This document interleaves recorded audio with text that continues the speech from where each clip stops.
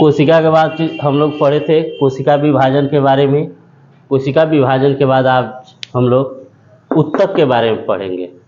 ऊतक जिसे इंग्लिश में हम लोग टिश्यू कहते हैं, क्या बोलते हैं? टिश्यूज।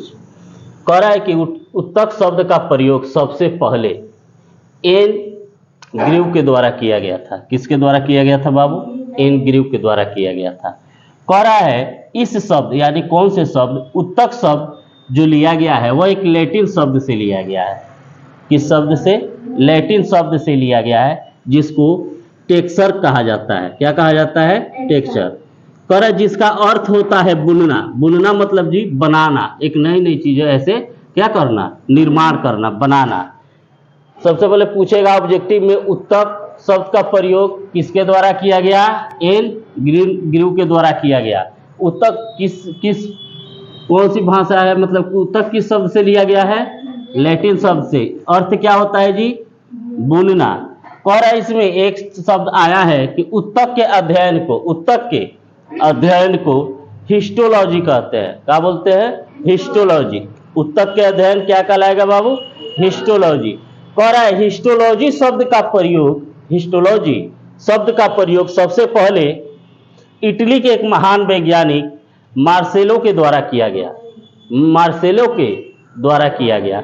यानी बाद में इसी मार्सेलो को फादर ऑफ हिस्टोलॉजी कहा गया। यानी ऊतक के अध्ययन को क्या कहा जाता है बाबू? हिस्टोलॉजी कहा जाता है। क्या कहा जाता है? हिस्टोलॉजी। सबसे पहले इस शब्द का प्रयोग कौन दिया? तो इटली के एक वैज्ञानिक था जिसका नाम था मार्सेलो। क्या नाम था जी? मार्सेलो। कह रहा है ऊतक शब्द प्रथम बार शब्द कह रहा है टिश्यू शब्द का प्रयोग किया गया। ऊतक के लिए किस शब्द का प्रयोग किया गया बाबू? टिश्यू शब्द का। कौन शब्द? टिश्यू शब्द। कह रहा है एक वैज्ञानिक थे जिनका नाम था शल्क चिकित्सक से वह, कह रहा है उनका नाम था बाइचैट। क्या नाम था? बाइचैट। यानी ऊतक शब्द का यहाँ प्रयोग किसके द्वारा किया गया साइंस में? तो बाइचैट के द्वारा। किसके द्वारा? बाइचैट के द्वारा। हम पहले ही बताए हैं यहाँ ऊतक का शाब्दिक अर्थ अगर निकालेंगे तो क्या होगा? बुनना। बुनना मतलब जैसे स्वेटर आप लोग बुनते हैं, एक एक कड़ी जोड़कर बुनते हैं, वैसे ही हमारे शरीर में एक एक कोशिकाएं जब आपस में मिलती हैं बाबू, एक एक कोशिकाएं जब आपस में मिलती हैं और वही कोशिकाएं एक समूह के रूप में आकर, एक संख्या के रूप में आकर जब आपस में जुड़ जाती हैं, जुड़कर एक रचना बनाती है, वह रचना किसी एक कार्य के लिए होता है, सामान्य कार्य के लिए होता है, तब हम उसे क्या कहते हैं? ऊतक कहते हैं। अब यह ऊतक क्या होता है बाबू? ऊतक जब आपस में मिलते हैं तो ऊतक के बाद क्या बनता है? अंग बनता है। शरीर में क्या बनता है? अंग। और अंग से क्या बनेगा? अंग तंत्र। अंग तंत्र से क्या बनता है? तब जाके संपूर्ण शरीर, मनुष्य के शरीर का निर्माण होता है। यहाँ पर शल्क चिकित्सक बाइचैट के द्वारा सबसे मतलब टिश्यू शब्द का प्रयोग किया गया। किस शब्द का? टिश्यू शब्द का।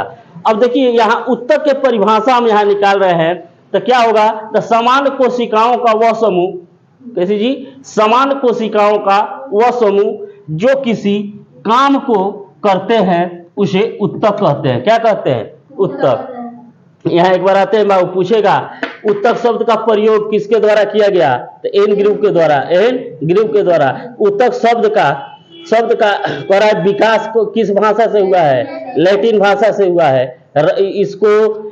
इसका अर्थ क्या होता है जी? बुनना। इसका अर्थ क्या होता है? बुनना। ऊतक के अध्ययन को क्या कहा जाता है? हिस्टोलॉजी।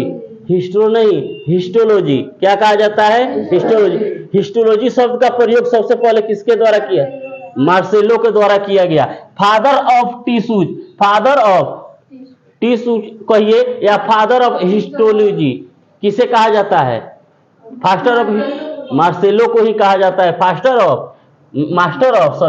Of histology. अब कह रहे बाबू इस ऊतक के भी, जैसे हम लोग कोशिका पढ़े थे, कोशिका में हम लोग टाइप पढ़े थे, एक कोशिकीय, दो बहुकोशिकीय, ये सब टाइप पढ़े थे कि नहीं पढ़े थे? कोशिका के कार्य भी पढ़े हुए